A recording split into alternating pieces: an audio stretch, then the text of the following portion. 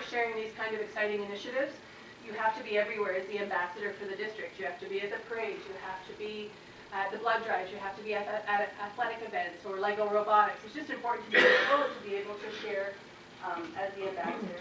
Lastly, you can't do something like this without budgeting. You can dream pie in the sky, but if you don't have the money to do it, it certainly stops you from doing what you need to do. So when we think about our district and what this has done for us, in our state, as you know, we have declining enrollment, but we're pretty proud of the fact, number one, that we've been able to hold our own and maintain status quo in terms of maintaining our student population. School of choice, I think, has certainly been something that's been tackled with our choice that we give parents with these niche and theme schools. So if you look, our highest number of in-district school of choice is 35%. Our lowest is 1%. Out-of-school district school of choice, our highest percent is 5%, lowest is 1%. But the important piece of this slide is that this year alone, we've been able to attract 61 students, either from parochial or charter or homeschool situations. And when you do the math at 61 times an FTE, that's certainly not anything to sneeze at.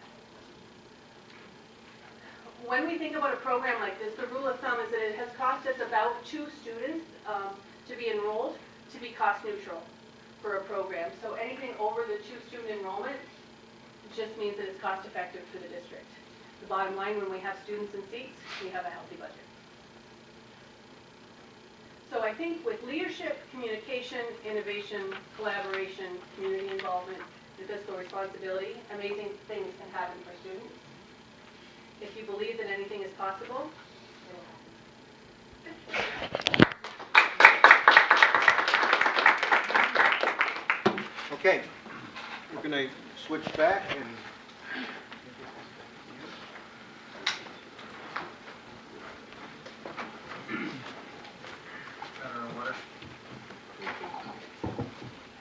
the artifact that was shared with you is one of the flyers that the steering committee put together in principle, and then our curriculum coach and myself designed it and had it printed. Those were handed out at bowling alleys for our bowling party. They were handed out at PTO meetings. They were handed out at open house. So they certainly serve as an artifact just to sort of give our community a heads up in terms of the type of work that we're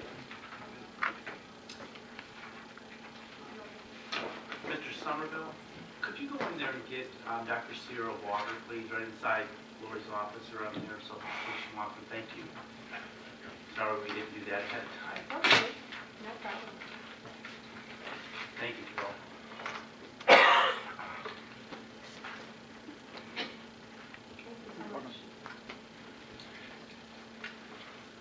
We'll give you a moment to catch your breath. We'll get organized up here, and then we'll begin the questioning.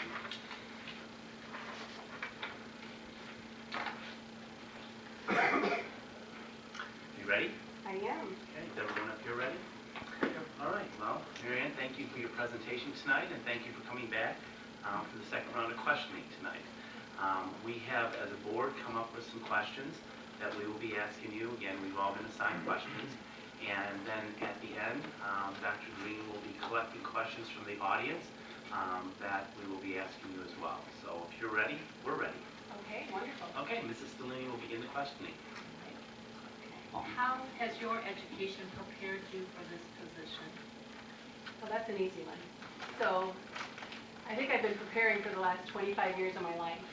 And in terms of academic achievement, I have a degree in English literature and French. I also have a Bachelor of Education. I have a Master's in Educational Organization, and all 3 of those degrees were obtained in Canada. Then I moved to Michigan, and I have an Ed Specialist in Leadership and Counseling. And finally, I have a doctoral degree in Leadership and Supervision, and that's from the University of Toledo. I'm going to ask before the next question, could you move your microphone just a little closer? I think the audience is having a little problem hearing. Thanks. Certainly. Is that better? I think so. Thank you. Thumbs up?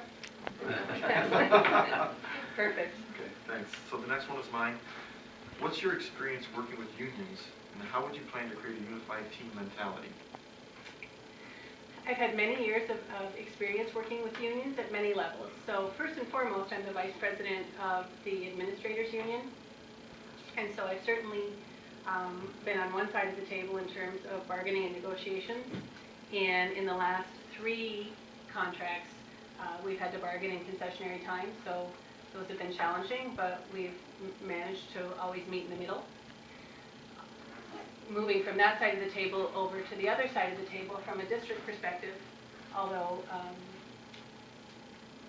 I wasn't necessarily sitting in a central office seat, I've always been invited to sit at the table as one of the administrative voices in terms of bargaining with every one of the units, with the secretarial unit, with the teaching unit, and with the custodial unit. So I've had that opportunity to be able to bargain on the other side of the table.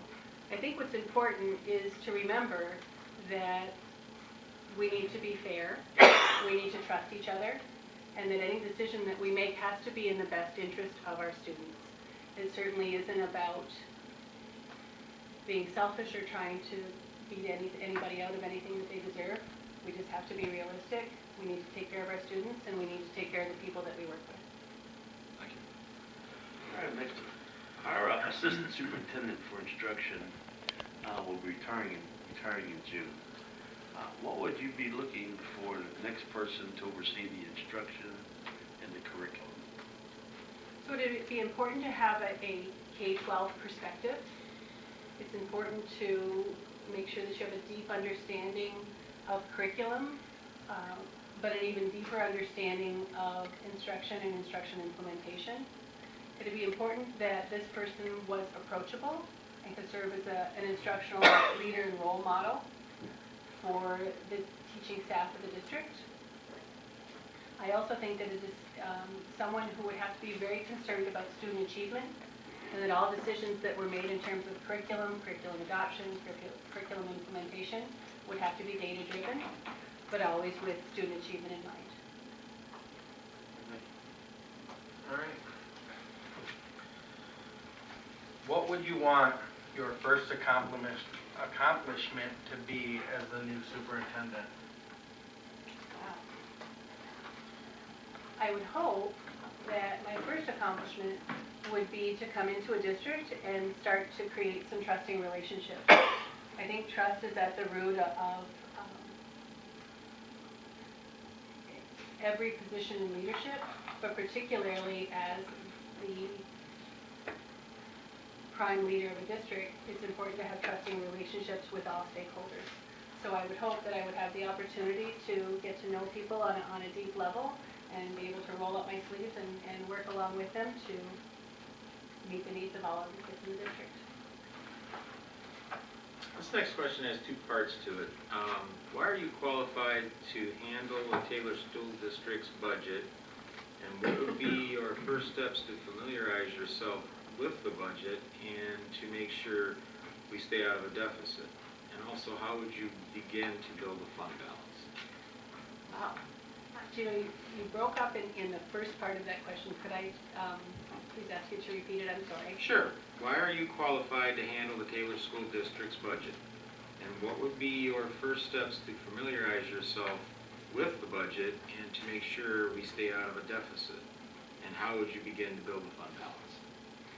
So I believe that I'm qualified certainly by my training. My last degree with my doctorate has certainly been a superintendent preparation. In terms of experience, I've certainly sat on steering committees to look at the budget.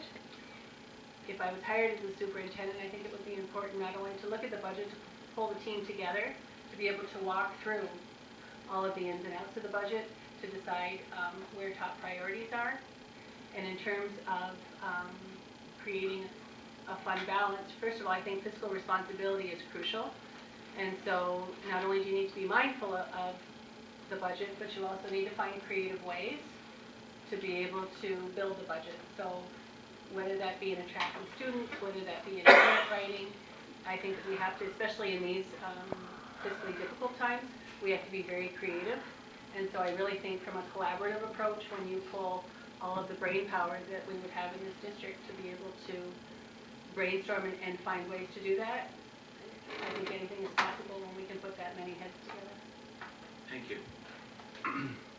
Could you explain to us the steps that you would take to raise student achievement and advocate for students' needs? Absolutely. I think my PowerPoint demonstrated that I certainly have a penchant for the need for, we call them data digs. And so when we look at student achievement, it can't just be about MSTEP scores. It has to be about how we empower teachers to collect both formative and summative assessment. And one of the ways that we've done that in our district is that we have created progress monitoring tools. So we actually, they are handmade from our district, and so we had those loaded on iPads, and every teacher's been given an iPad.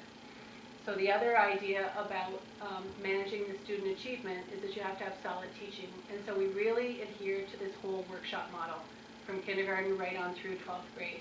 And so with a workshop model, what happens is that really gives you an opportunity as a teacher to look at student achievement and data on a regular basis, because there's a mini lesson, and then the students go into sort of activity mode based on the lesson.